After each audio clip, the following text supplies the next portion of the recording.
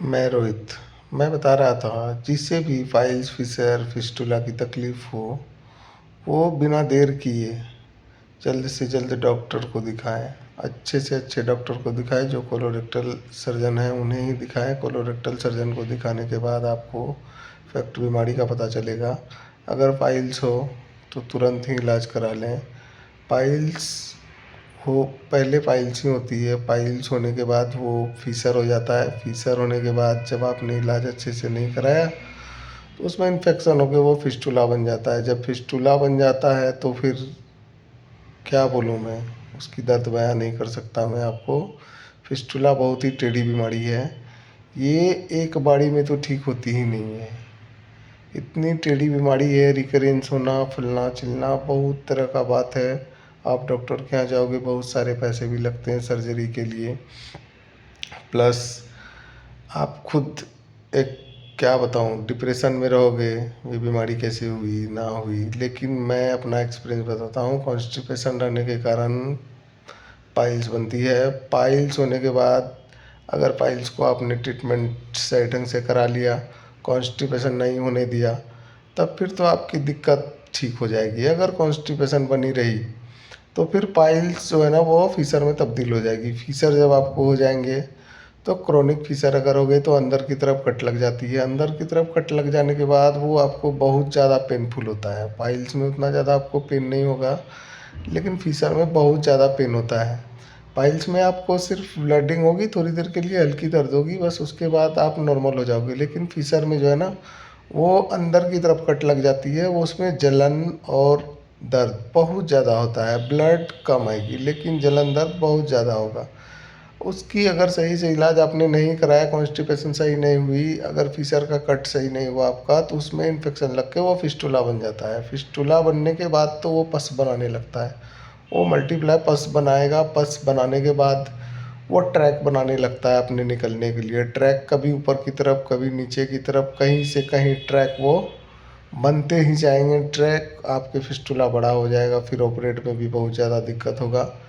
जब तक छोटा रहे फिस्टुला, मान लीजिए आपके पास वस आ रहे हैं, एनएस एरिया में कहीं भी सूजन हो जाए, स्वेलिंग हो जाए, कहीं भी फोड़ा उड़ा टाइप के दिखाई दे, तो आप चल कोलोरेक्टल सर्जन से मिलें। कोलोरेक्टल सर्जन से मिलने के बाद आपको सर्जन निश्चित रूप से एमआरआई सजेस्ट करेंगे। एमआरआई कराए तो आपको पता चलेगा कि मेरी अंदर क्या चल रही है, फिस्टुला है, फीसर है, फाइल्स है, जो भी है। लेकिन अक्सर एमआरआई हर पेशेंट को करानी चाहिए, अंदर की पता हो जाए कि मुझे क्या बीमारी है। अगर एनएस से संबंधित कोई भी बीमारी हो, आप कोलोरेक्टल सर्जन से अवश्य मिलें। आपकी बीमारी एमआरआई से पता चलेगी, और डॉक्टर जब तक देखेंगे तो वो आपको बता ही देंगे। तो फिर भी एमआरआई करानी बहुत ज़रूरी है। एमआरआई हर हाल में होनी चाहिए। अगर फिस्टुला है तो 100% बाबू एमआरआई कराओ, उसमें कहीं कोई किंतु परंतु नहीं है। मेरी हाल तो आप देख ही रहे हो, मैंने 4 बार एमआरआई अभी तक करा चुकी है।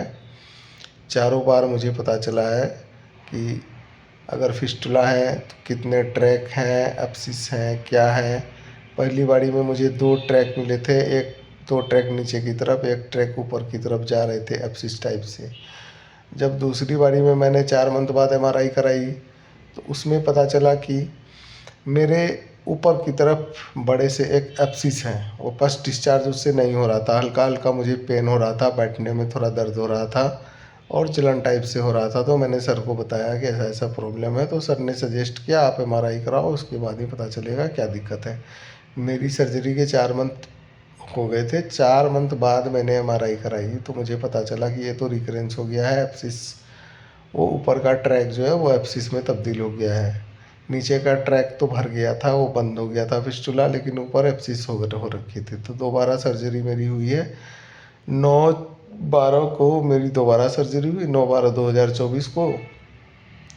उसके बाद 10 तारीख को मुझे डिस्चार्ज मिल गया। डिस्चार्ज मिलने के बाद मैं होटल में रुका हुआ हूँ। उसके बाद सर से फॉलो अप के लिए मैं 10 तारीख को भी गया था। सर जांच की, उसके बाद बोले कि आप 15 दिन के लिए घर चले जाओ। 15 दिन के लिए मुझे घर जाने के लिए बोला गया है। अभी मेरी ड्रेसिंग व्रेसिंग कुछ नहीं होगी, पर 3 घंटे पे सिर्फ पट्टी चेंज करनी है, गाँव की साफ़ सफाई अच्छे से रखनी है। 15 दिन बाद मैं फिर से चंडीगढ़ पंचकुला आऊँगा। पंचकुला में मेरी ड्रेसिंग सर की क्लिनिक पे ही होनी है। सर बोले हैं 2 मंथ रुक के आपको यहीं पे ड्रेसिंग करानी है। तो मैंने भी सोचा चलो मैं यहीं पर ड्रेसिंग कराऊंगा, सर की निगरानी में रह कर के ड्रेसिंग कराऊंगा। ड्रेसिंग से ही हमको लगता है ये बीमारी मेरा रिकरेंस हो गया, या फिर ऊपर वाले की मर्ज़ी, क्या बोलूँ। ऊपर वाले चाहते थे एक ही बारी में मैं ठीक हो जाता, ऊपर वाले नहीं चाहे तो मुझे दोबारा सर्जरी करानी पड़ी। मैं ऊपर वाले से नमन करता हूँ अब की बारी मुझे सही कर दे। आपको भी किसी भी प्रकार की दिक्कत हो, एनएस से संबंधित कोई भी दिक्कत हो, कोलोरेक्टल सर्जन आपके शहर में कहीं भी हो उनसे आप मिलिए। अच्छे से अच्छे डॉक्टर से संपर्क कीजिए और अच्छे से इसका ट्रीटमेंट लीजिए। ये बहुत ही गंदी बीमारी है, ना आप किसी को बता सकते हैं, ना आप अंदर क्या चल रहा है किसी से शेयर कर सकते हैं। जब आप बैठोगे तब तकलीफ़, वॉशरूम के लिए जाओगे तब तकलीफ़, कहीं भी जाना हो तो फिर एक बार आपको सोचना पड़ेगा, प्रॉपर वॉशरूम मिलेगा मुझे नहीं मिलेगा, मैं कैसे जाऊंगा। बहुत तरह की तकलीफ़ होती है। लाइफ जो है ना, लाइफ बिल्कुल बेकार सी लगने लगती है। आप कहीं जा भी नहीं पाओगे, कहीं ठहर भी नहीं पाओगे। अगर 2 नाइट 3 नाइट कहीं रुकनी है तो फिर आपको ऐसा फील होने लगेगा कि कैसे रहूँगा यार, उसका घर कैसा है, बाथरूम कैसा है, मुझे सूट होगा नहीं होगा। बहुत तरह की बात है, क्या बताऊँ मैं तो बहुत परेशान रहा इस बीमारी से, अभी तक भी परेशान हूँ। ऊपर वाले की कृपा है, अब ठीक लग रहा है, मैं ठीक हो भी जाऊँगा। आप लोगों की दुआ से मुझे आराम मिलेगा, लेकिन क्या बताऊँ अभी तो परेशान हूँ। तत्काल मेरी सर्जरी हो गई, अभी तो कोई दिक्कत मुझे फील नहीं हो रही। हल्के फुल्के दर्द सर्जरी होंगे तो होंगे, लेकिन वैसी कोई विशेष नहीं है सर। आगे की अपडेट मैं दूंगा। मेरी टिकट कल की है, कल मैं यहाँ से घर निकलूँगा, उसके बाद मैं आगे की अपडेट देता हूँ।